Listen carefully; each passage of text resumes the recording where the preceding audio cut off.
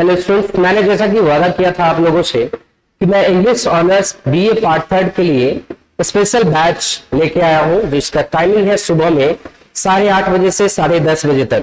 आपकी classes already चल रही है और आप लोगों को देर करने की जरूरत नहीं है। तो आज मैं पेपर 5 का एक स्पेशल वीडियो लेके आया हूं, जो कि लॉन्जाइनस साहब के द्वारा दी गई है। ऑन द सबलाइन क्या दी गई है? ऑन द सबलाइन दी गई है। ऑन द सबलाइन में हमने पढ़ा, तो हमने पिछले क्लास में भी आपसे बताया था कि ऑन द सबलाइन जो है ये बहुत ही इंपॉर्टेंट टॉपिक है आपके एग्जाम के लिए, खासकर पाटलिपुत्रा के लिए और अन्य भी पेपर 5 की जिनकी सिलेबस है उनके लिए बहुत ही ज्यादा इंपॉर्टेंट है। तो ऑन द सबलाइन जो है ये लिखा गया है लॉन्जाइनस साहब के द्वारा, और लॉन्जाइनस साहब जो है वो रोम के थे। कहां के थे? रोम के 1st सेंचुरी के ये पोएट थे। अब यहां पर आप देखिए, on the sublime by Longinus is a work of literary criticism. ये अंग्रेजी साहित्य का ये क्रिटिसिज्म का एक वर्क है जो लिखा गया है लॉन्जाइनस के द्वारा। किसके द्वारा लिखा गया है? लॉन्जाइनस साहब के द्वारा लिखी गई है। Throughout to date back to the 1st century Rome. और ये कहां लिखी गई थी? रोम में लिखी गई थी, पहली सेंचुरी में। कहां लिखी गई थी? रोम में लिखा गया था, वो भी 1st सेंचुरी में लिखा गया था। तो सबसे पहला पॉइंट आपको याद रखना है, वो पहला पॉइंट क्या है आपका? तो पहला पॉइंट आपका क्या कहता है, ये देखिए। सबसे फर्स्ट पॉइंट कहता है कि ये लिखा गया था कहां? रोम में, 1st सेंचुरी में। फिर देन दूसरा पॉइंट को आपको याद रखना है, on the सबलाइन centres on aesthetic and benefits of a strong writing. सबलाइन जो था वो सौंदर्य पर और स्ट्रॉन्ग राइटिंग पे डिपेंड करता था। अब स्ट्रॉन्ग राइटिंग क्या होता है? वैसा राइटिंग जो कंपेयर किया गया हो दूसरे के साथ, और कंपेयर करने के बाद टू द बेस्ट करने की कोशिश की गई हो। क्योंकि सबलाइन का अर्थ ही होता है ग्रेटनेस हासिल करना। क्या हासिल करना? ग्रेटनेस हासिल करना होता है। तो यहां पर कह रहा है on the सबलाइन focus on, centre on का मतलब है फोकस ऑन एस्थेटिक यानी सौंदर्य पर, और बेनिफिट्स ऑफ स्ट्रॉन्ग राइटिंग पर, कि यदि आप स्ट्रांगली लिखते हैं तो इसके क्या बेनिफिट होते हैं, क्या फायदे होते हैं, ये दिखाया गया। तीसरा कहता है कि Longinus does this by analysing both strong and weak writing. Longinus साहब ने क्या किए कि जब वो लॉन्जाइनस साहब सबलाइन लिख रहे थे तो एनालाइज किए दोनों आधार पर, वीक राइटिंग और स्ट्रॉन्ग राइटिंग के आधार पर। यानी फेमस किताब का भी अध्ययन किए और जो फेमस नहीं था किताब उसका भी अध्ययन किए। दोनों किताब को अध्ययन करने के बाद उन्होंने खुद एनालाइज किया कि किसी का किताब फेमस क्यों हुआ है और किसी का किताब डाउन क्यों गया, क्यों नहीं लोगों को पसंद आया। और उसके बाद इन्होंने अपना थॉट, अपना थ्योरी ऑन द सबलाइन का दिया। तो वो खुद कहते हैं कि यदि कोई पोएट ग्रेटनेस हासिल करना चाहता है, सबलिमिटी हासिल करना चाहता है, तो उसे सबसे पहले कंपेयर करना चाहिए स्ट्रॉन्ग राइटिंग को और वीक राइटिंग को। उसके बाद स्ट्रॉन्ग राइटिंग लिखना चाहिए, यानी अच्छा वाला लिखना चाहिए। स्ट्रॉन्ग राइटिंग का बहुत बड़ा बेनिफिट होता है। आई फिर कहते हैं अकॉर्डिंग टू लॉन्जाइनस के अनुसार ऑन द सबलाइन का मतलब क्या होता है? ऑन द सबलाइन है क्या? तो अकॉर्डिंग टू लॉन्जाइनस के अनुसार goal is to achieve the sublime. है कि सबलाइन क्या है? तो goal is to achieve sublime यानी ग्रेटनेस इन फिलॉसफी। कराया the greatness of greatness. Philosophy में से एक ही लाइन था, वहां से यहां था। फिलॉसफी में सबलाइन का मतलब होता है ग्रेटनेस। सबलाइन का क्या मतलब होता है? Greatness. सबलाइन is a quality of greatness. साफ तौर पर लिख दिया गया। सबलाइन क्या है? तो सबलाइन जो है क्वालिटी है। किस चीज की क्वालिटी है? ग्रेटनेस का। तो कोई साहित्यकार, कोई कवि यदि ग्रेट बनना चाहता है, सबलिमिटी हासिल करना चाहता है, उनके लिए उन्होंने थ्योरी दिया। इट कैन बी फिजिकल, वो कहते हैं सबलिमिटी फिजिकली प्राप्त किया जा सकता है। इंटेलेक्चुअल हो सकता है, मोरल हो सकता है, एस्थेटिक सौंदर्य में हो सकता है, स्पिरिचुअल हो सकता है, आध्यात्मिक भी हो सकता है, आर्टिस्टिक ऑफ मेटाफिजिकल, आर्टिस्टिक भी हो सकता है, कला के क्षेत्र में भी कोई ग्रेटनेस हासिल कर सकता है। फिजिकली जैसे कि जिम कोई करता है, जिम करके जो है वो ग्रेटनेस हासिल करता है, फिजिकल ग्रेटनेस हासिल कर सकता है, मेंटल ग्रेटनेस हासिल कर सकता है, सौंदर्य के रूप में सुंदर, ज्यादा सुंदर बन सकता है अपने आप को मेंटेन करके। तो ये सब सब्लिमिटी के अंतर्गत आता है कि व्यक्ति शारीरिक रूप से, व्यक्तिगत रूप से, नैतिक रूप से, सौंदर्य के रूप से, आध्यात्मिक रूप से, आर्टिस्टिक रूप से अपने आप को ग्रेटनेस हासिल कर सकता है, यानी सब्लिमिटी हासिल कर सकता है। तो सब्लिमिटी का मतलब क्या हुआ? सब्लिमिटी का मतलब होता है ग्रेटनेस। सब्लिमिटी का क्या मतलब होता है? ग्रेटनेस। कि कोई भी व्यक्ति ग्रेटनेस हासिल कर सकता है by analysing strong and weak. उन्होंने यह भी कहा कि यदि कोई व्यक्ति अच्छा बिल्डिंग बनाना चाहते हैं, एग्जाम्पल के लिए समझाता हूं, तो उसे उस मोहल्ले का अच्छा बिल्डिंग का एनालाइज करना होगा कि अच्छा बिल्डिंग उनका क्यों है, और उसी मोहल्ले का एक ऐसा बिल्डिंग जो बहुत फेमस नहीं है उसको भी एनालाइज करना होगा कि आखिर ये बिल्डिंग फेमस क्यों नहीं हुआ। उसी तरह यदि कोई कवि, कोई राइटर अच्छा किताब लिखना चाहते हैं तो उनको कहे, लॉन्जानस साहब ने कहा कि ऐसे कवि जिनको ग्रेटनेस हासिल करना हो उन्हें क्या करना चाहिए, उनके पहले जो लोग किताब लिखे हैं, जिनकी किताब फेमस हुई है, उनकी किताब को पढ़ना चाहिए, एनालाइज करना चाहिए। और वैसी किताबें जो फेमस नहीं हुई है उसको भी पढ़ना चाहिए, उसको भी समझना चाहिए, ताकि कंपेयर करके ग्रेटनेस हासिल किया जा सके, अच्छी किताबें लिखी जा सके। यदि आपको इसका पीडीएफ चाहिए होगा तो आप दिए गए फोन नंबर पे कॉल कर सकते हैं, मैसेज व्हाट्सएप करके आप पीडीएफ ले सकते हैं। हमारा नंबर है 8540049588। ये हमारा नंबर है, इस पे व्हाट्सएप पर आप इसका पीडीएफ ले सकते हैं। आगे वो कहते हैं इसके अलावा कहते हैं अनोदर क्वालिटी क्या है। अनोदर क्वालिटी क्या है, ये सब पॉइंट वाइज मैंने आपको लिख दिया है ताकि इजी लगे, आपको कहीं कोई टफ नहीं लगे। अनोदर क्वालिटी ऑफ द सबलाइन, सबलाइन का दूसरा क्वालिटी ये है कि it can not be calculated, इसको कैलकुलेट नहीं किया जा सकता है, ना ही इसको इमिटेट किया जा सकता है, नकल नहीं किया जा सकता है, ना ही इसे मापा जा सकता है। ये सबलाइन की क्वालिटी होती है। On the sublime is written in the epistolary form। लॉन्जानस का जो on the sublime थ्योरी है, ये थ्योरी लिखी गई थी पत्र के रूप में, लेटर के रूप में, डायरेक्ट नहीं लिखा गया था, धीरे धीरे पत्र के रूप में लिखा गया था। आइए नेक्स्ट देखते हैं। और कहते हैं कि एपिस्टोलरी फॉर्म होता क्या है साहब? एपिस्टोलरी फॉर्म किसे कहते हैं? तो एपिस्टोलरी फॉर्म का मतलब होता है पत्र के रूप में लिखा जाना। तो यहां देखिए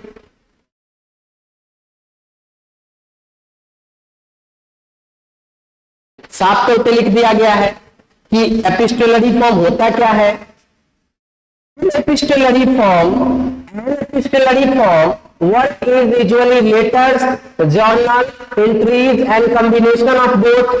जो एपिस्टोलरी फॉर्म होता है तो या तो लेटर के रूप में लिखा जाता है, या जर्नल पब्लिश होता है, या एंट्रीज होता है, या मिला के पब्लिश किया जाता है। तो जो ऑन द सबलाइन थ्योरी था वो एक बार में नहीं पब्लिश हुआ था, धीरे धीरे लेटर के रूप में पब्लिश हुआ था, और दुनिया को अच्छा लगा। तो शुरू में लॉन्जाइनस पता भी नहीं था कि ये किसने लिखा है, बाद में पता चला कि लॉन्जाइनस के द्वारा ये लिखी गई है ऑन द सबलाइन थ्योरी। और इस थ्योरी में उन्होंने बताया है कवियों को कि कैसे ग्रेटनेस हासिल किया जा सकता है। There is a missing part, उसमें एक मिसिंग चीज था, which is reportedly handles the topic of public. Public के बीच में हमेशा इस बातचीत होता था कि आखिर ये वर्क कौन लिखा है, किसके द्वारा। Longinus dedicated the work to one Postumius Terentianus for a figure in the ancient Rome। Longinus साहब जो ये डेडिकेटेड किए थे, ये रचना लिखे थे, वो किसके मरने पर? ट्रिटेनियस नामक एक पब्लिक फिगर थे रोम के, उनके नाम पर ये लिखे थे, नोन फॉर बीइंग कल्चर्ड। और ये जो ट्रिटेनियस थे ये बहुत ही फेमस और कल्चर्ड व्यक्ति थे रोम का, उन्हीं के नाम पर डेडिकेट किए थे इस ऑन द सबलाइन थ्योरी को। On the सबलाइन includes work by roughly 50 authors। उन्होंने इस ऑन द सबलाइन थ्योरी में लगभग 50 ऑथर का किताबों का समरी पेश किया, जिसमें होमर भी थे और famous blind poet of ancient Greek culture. उन्होंने ग्रीक कल्चर के फेमस होमर साहब जो कि ब्लाइंड कवि थे, उनकी रचनाओं को भी पढ़ के इसमें उन्होंने समरी को पेश किया था। फिर देखिए क्या कहता है,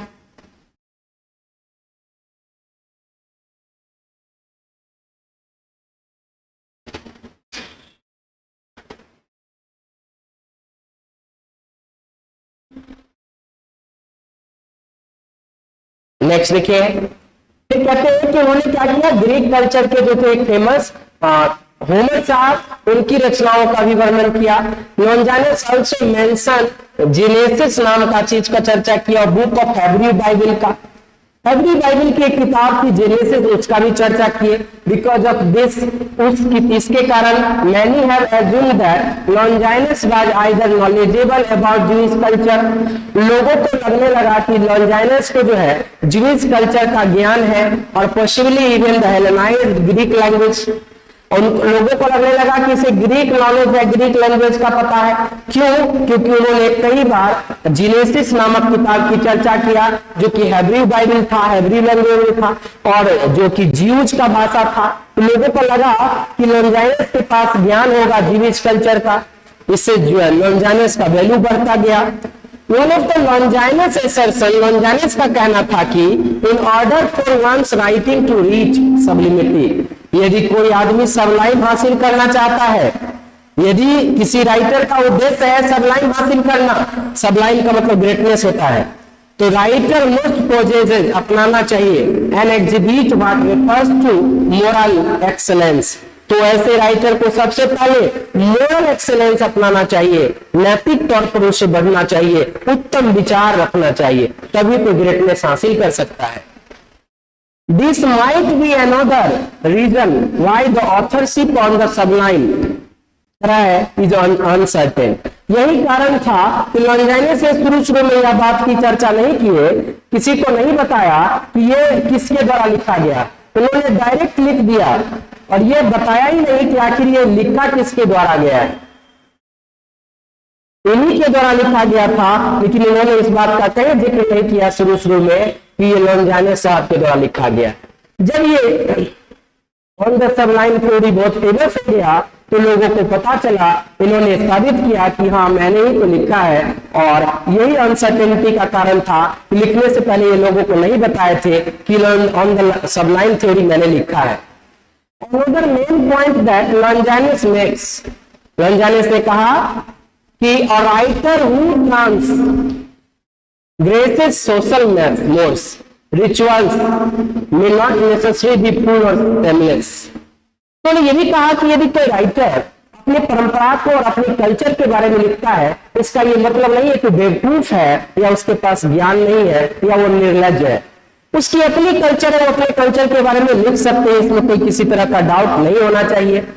फॉर लॉन्जाइनस, लॉन्जाइनस के लिए social subjectivity is also important. समाज भी बहुत जरूरी चीज है। He writes that in order to support a spirit and hope, freedom is necessary। उन्होंने यह भी कहा कि लिखने के लिए आदमी उत्साह और आशा और आजादी जरूरी है। इंसान यदि आजाद नहीं होगा, फ्री नहीं होगा, आशा नहीं होगा, पैशन नहीं होगा, तो वो कभी लिख नहीं सकता है। लिखने के लिए फ्रीडम चाहिए, लिखने के लिए होप चाहिए, लिखने के लिए उत्साह चाहिए। तो व्यक्ति यदि ग्रेटनेस हासिल करना चाहते हैं, इन चीजों की जरूरत पड़ता है। ये लॉन्जाइनस साहब का कहना था। फिर to go into the sublimity, कहते हैं महानता हासिल करने के लिए in more depth Longinus provided 5 source of element that can help to achieve the sublimity. Longinus साहब ने लोगों को 5 एलिमेंट दिया, कवियों को कहा कि यदि आप मेरे 5 एलिमेंट को फॉलो करते हैं तो आप सबलिमिटी हासिल कर सकते हैं, यानी आप ग्रेटनेस हासिल कर सकते हैं, यानी आप अच्छे रचना, अच्छी किताबें लिख सकते हैं। और उन्होंने कहा कि ये 5 एलिमेंट इस प्रकार है। उन्होंने कहा कि ये 5 एलिमेंट इस प्रकार है। तो उन्होंने 5 एलिमेंट दिया। कौन कौन सा एलिमेंट दिया? तो देखिए सामने से देख सकते हैं आप। उन्होंने पहला एलिमेंट दिया, जो कि पिछले क्लास में भी मैंने इंट्रोडक्शन क्लास में डिस्कशन किया था। उन्होंने फर्स्ट एलिमेंट के रूप में दिया था ग्रैंड थॉट, उत्तम विचार होना चाहिए, उत्तम विचार। उन्होंने कहा कि यदि कोई हासिल करना चाहते हैं ग्रेटनेस, तो उनका विचार उत्तम होना चाहिए। उसके बाद उन्होंने कहा नोबल डिक्शन होना चाहिए। नोबल है NOBLE, NOBLE, नोबल डिक्शन, उत्तम शब्द होने चाहिए। फिर उन्होंने कहा उत्तम व्यवस्था, अरेंजमेंट होना चाहिए, शब्दों का उत्तम व्यवस्था होना चाहिए, सजा के लिखा होना चाहिए। और इमोशन कैसा होना चाहिए? मजबूत होना चाहिए, दृढ़ निश्चय होना चाहिए कि हम जो कुछ लिख रहे हैं सही लिख रहे हैं, समाज के कल्याण के लिए लिख रहे हैं। तो उन्होंने कहा स्ट्रॉन्ग इमोशन होना चाहिए।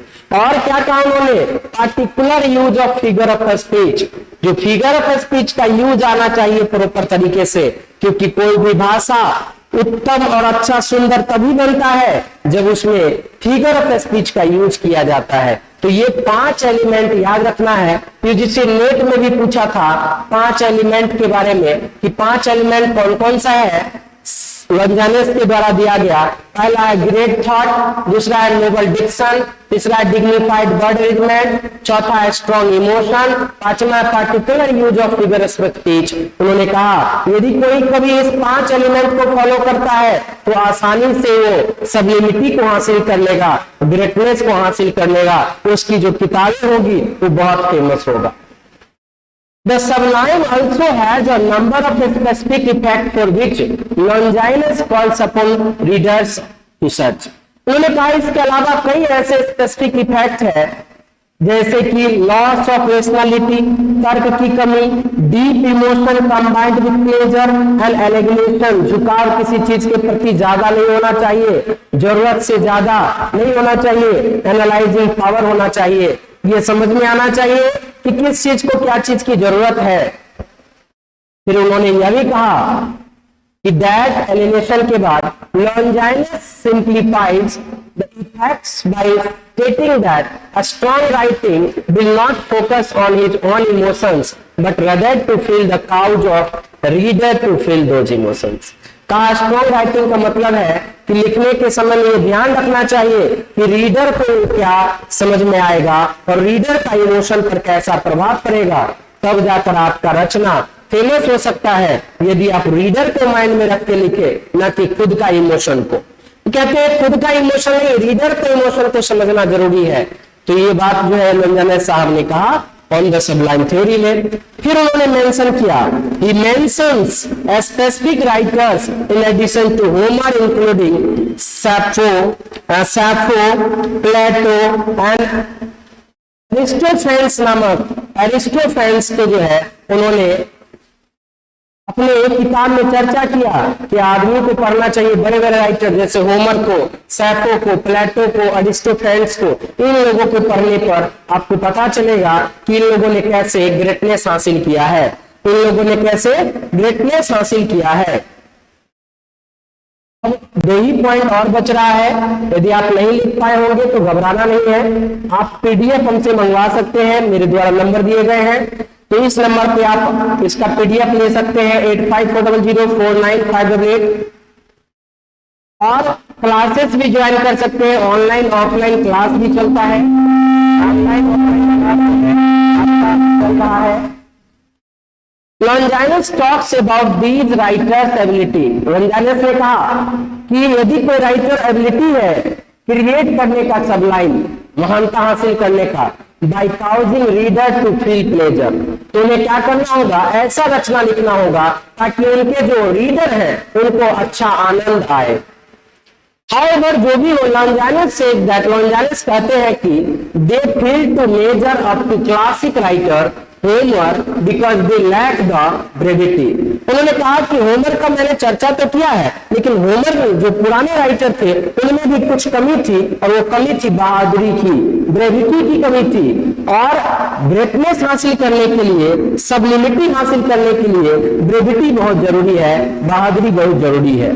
Brevity is necessary to take risk. उन्होंने कहा रिस्क लेने के लिए बहादुरी जरूरी है, and taking risk are necessary to risk sublime, और रिस्क लेना जरूरी है ग्रेटनेस हासिल करने के लिए, यानी सबलिमिटी प्राप्त करने के लिए। Hence we can say that, अतः कह सकते हैं कि sublime is the theory in which, sublime एक theory है in which Longinus has given ideas an element to achieve sublimity, जिसमें Longinus ने आइडिया दिया है, थ्योरी दिया है किस चीज को प्राप्त करने का, तो सबलिमिटी को प्राप्त करने का, और सबलिमिटी का मतलब होता है ग्रेटनेस हासिल करने का। तो ये था आपका Longinus का थ्योरी, और आपके एग्जाम में ये 17 मार्क्स के पूछे जाते हैं। और यदि आप इस तरह से हूबहू लिख देते हैं जो मैंने अभी पढ़ाया है, आपको डिक्टेट किया है हिंदी अंग्रेजी मिला के, तो आपको 17 मार्क्स इजीली प्राप्त हो सकता है। ओवरऑल कहा जाए तो Longinus साहब ने ऑन द सबलाइम थ्योरी में 5 एलिमेंट दिए। किसी भी पोएट को यदि हासिल करना हो सबलिमिटी, ग्रेटनेस हासिल करना हो, तो उन्हें इन 5 एलिमेंट को ध्यान रखना चाहिए। और वो 5 एलिमेंट कौन कौन सा है, कमेंट में आप बताएं। यदि आप इंग्लिश ऑनर्स के स्टूडेंट हैं तो अभी मैंने इस क्लास में पढ़ाया है 5 एलिमेंट की जरूरत पड़ता है ग्रेटनेस हासिल करने के लिए, यानी सबलिमिटी हासिल करने के लिए। तो सबलिमिटी हासिल करने के लिए कौन कौन से 5 एलिमेंट हैं, उस 5 एलिमेंट का आप कमेंट बॉक्स में जरूर बताएं। मिलते हैं नेक्स्ट वीडियो में नेक्स्ट टॉपिक के साथ। तब तक के लिए विदा लेते हैं। सावधान रहें, सतर्क रहें, स्वस्थ रहें। और यदि पार्ट 3 के स्टूडेंट हैं तो अपने दोस्तों के साथ इसे शेयर कर दे जो लोग का इंग्लिश ऑनर्स होगा।